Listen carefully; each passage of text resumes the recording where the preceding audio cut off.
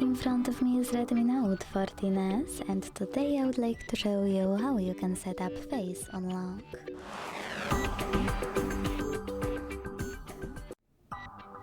Begin by opening settings and scrolling to hit fingerprints, face data and screen lock.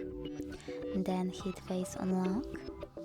Enter your current login method and hit start. Wait 5 seconds and choose next in attention pop-up. Remember to keep your face in frame and follow all of the instructions from your screen.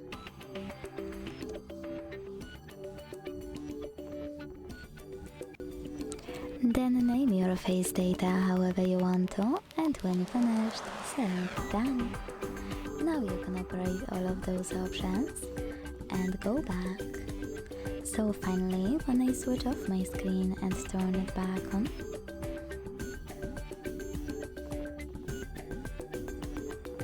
I can see that face unlock is working properly.